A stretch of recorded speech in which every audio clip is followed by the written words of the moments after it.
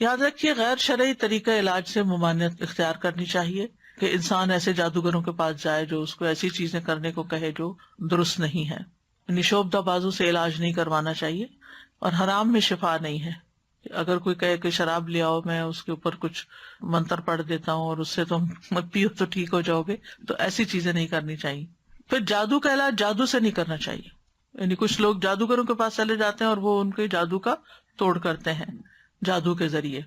اور پھر غیر شرعی جھاڑ پھنکار جو ہے، جس کو نشرہ کہا جاتا ہے، فرمایا یہ شیطانی عمل ہے، کیونکہ اس میں جنات کی مدد طلب کی جاتی ہے، روحوں کو پکارا جاتا ہے.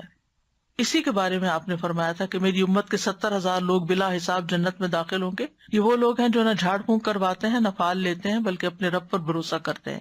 تو یہ غیر شرعی جو نشرہ جو ہے یا غیر شرعی دم کے بارے میں ہے. جو شرعی دم ہے سورۃ فاتحہ پڑھ کر یا ویسے قرآن پڑھ کر کسی کے اوپر جھاڑنا پھونکنا، اس سے منع نہیں ہے. اور مثلا شیطان کو بگانے کا طریقہ آپ نے کیا بتایا؟ اعوذ باللہ السمیع العلیم من الشیطان الرجیم من ہمزہ ونفخہ ونفثہ پڑھ کر ستکارا جائے، پھونک ماری جائے جس میں تھوڑی لعاب بھی ہو، تو یہ بھی تو جھاڑ ہو گئے. خود نبی صلی اللہ علیہ وسلم جب بیمار تھے تو اپنے ہاتھوں پر معوذتین پڑھ کر پھونک مار کر سارے جسم کے اوپر اپنے ہاتھ پھیرتے تھے. جب کسی مریض کے پاس جاتے تو اس کے اوپر ہاتھ پھیر کر اس کے اوپر اللہ کا ذکر پڑھتے.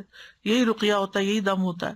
لیکن کاہنوں اور نجومیوں کے پاس نہیں جانا چاہیے اور تعویذ وغیرہ سے بچنا چاہیے. عبداللہ رضی اللہ عنہ کہتے ہیں میں نے رسول اللہ صلی اللہ علیہ وسلم کو یہ فرماتے ہوئے سنا کہ جھاڑ پھونک، تعویذ اور گنڈے سب شرک ہیں. جو صحیح والی جھاڑ پھونک ہے وہ منع نہیں ہے، جو نشرہ ہے اس کی بات ہو رہی ہے. کہتی ہیں میں نے کہا آپ یہ کیا کہہ رہے ہیں؟ اللہ کی قسم میری آنکھ بہتی تھی، میں فلاں یہودی کے پاس جاتی، وہ اس پہ دم کرتا، وہ ٹھیک ہو جاتی. تو عبداللہ بن مسعود نے فرمایا یہ شیطانی عمل ہے، شیطان اپنے ہاتھ سے اسے دھنساتا، جب تم اس پہ دم کراتی تو وہ باز آ جاتا. تمہارے لیے تو یہی کافی ہے کہ تم وہ دعا پڑھ لیا کرو جو رسول اللہ صلی اللہ علیہ وسلم پڑھتے تھے کہ اے لوگوں کے رب اس تکلیف کو دور فرما، مجھے شفا عطا فرما، تو ہی شفا دینے والا ہے، تیرے علاوہ کسی کی شفا کچھ نہیں، ایسی شفا عطا فرما جو بیماری کا نام و نشان نہ چھوڑے. اذهب البأس رب الناس واشف انت الشافی لا شفاء الا شفاؤک اشف شفاء لا یغادر سقما.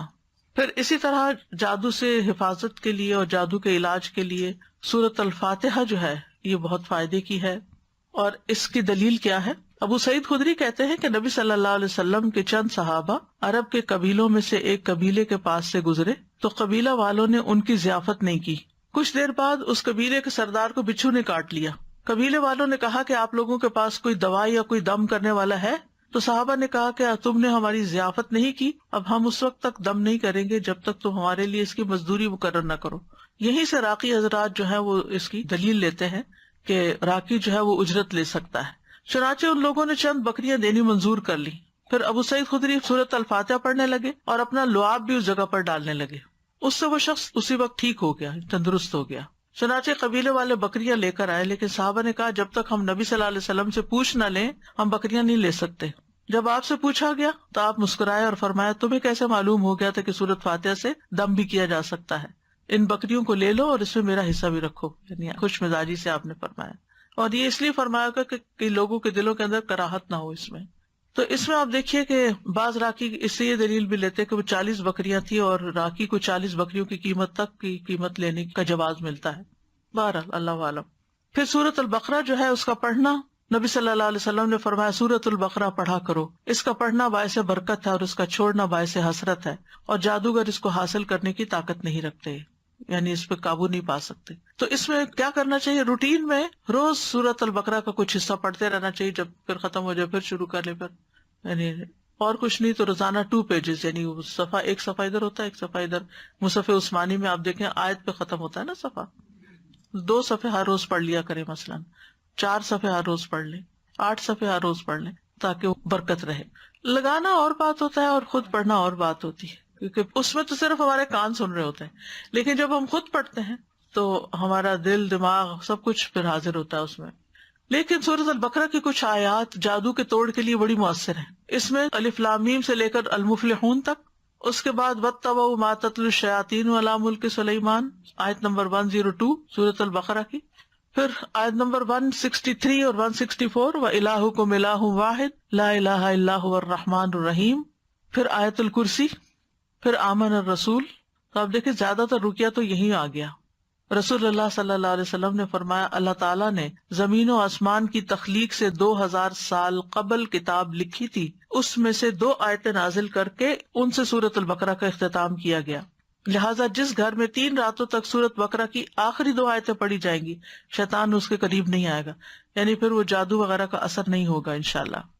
دیگر قرآنی آیات بھی ہیں جیسے سورۃ آل عمران کی آیت نمبر 18 اور 19، شہد اللہ انہ لا الہ الا ہو، اس میں بھی توحید کی بات ہے۔ پھر سورۃ الاعراف آیت 54 سے 56 تک، ان ربکم اللہ الذی خلق السماوات والارض فی 6 ایام، اور آیت 56 ہے ولا تفسدوا فی الارض بعد اصلاحها۔ پھر سورۃ الاعراف کی آیت نمبر 117 سے لے کر 122 تک، وَأَوْحَيْنَا إِلَىٰ مُوسَىٰ أَنْ أَلْقِ عَصَاكَ فَإِذَا هِيَ تَلْقَفُ مَا يَأْفِكُونَ، جو آج لیکچر کے شروع میں آیات آپ نے سنی، 117 سے 122 تک۔ پھر سورۃ یونس آیت 81 سے 82، فَلَمَّا أَلْقَوْا قَالَ مُوسَىٰ مَا جِئْتُمْ بِهِ السِّحْرُ إِنَّ اللَّهَ سَيُبْطِلُهُ إِنَّ اللَّهَ لَا يُصْلِحُ عَمَلَ الْمُفْسِدِينَ وَيُحِقُّ اللَّهُ الْحَقَّ بِكَلِمَاتِهِ وَلَوْ كَرِهَ الْمُجْرِمُونَ۔ پھر سورۃ طٰہٰ کی آیت وَأَلْقِ مَا فِي يَمِينِكَ تَلْقَفْ مَا صَنَعُوا إِنَّمَا صَنَعُوا كَيْدُ سَاحِرٍ وَلَا يُفْلِحُ السَّاحِرُ حَيْثُ أَتَىٰ۔ پھر سورۃ المؤمنون کی آیت ہے أَفَحَسِبْتُمْ أَنَّمَا خَلَقْنَاكُمْ عَبَثًا وَأَنَّكُمْ إِلَيْنَا لَا تُرْجَعُونَ فَتَعَالَى اللَّهُ الْمَلِكُ الْحَقُّ لَا إِلَٰهَ إِلَّا هُوَ رَبُّ الْعَرْشِ الْكَرِيمِ، یہ آگے بھی ہے أَنْتَ خَيْرُ الرَّاحِمِينَ تک۔ المؤمنون کی آیت نمبر 115 سے لے کر 118 تک، 115 سے 118، یہ سورۃ المؤمنون۔ اور سورۃ طٰہٰ کی آیت نمبر ہے 69، 69، اور یونس کی ہے 81 اور 82۔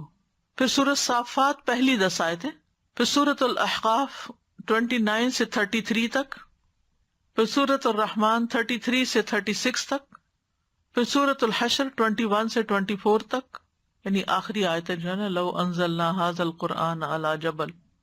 پھر اس کے بعد سورۃ التغابن آیت 14 سے 16 تک، پھر ہے سورۃ الجن آیت نمبر 1 سے 9 تک، پھر معوذات قل هو اللہ احد، قل اعوذ برب الفلق، قل اعوذ برب الناس، پھر کچھ مسنون دعائیں بھی ہیں۔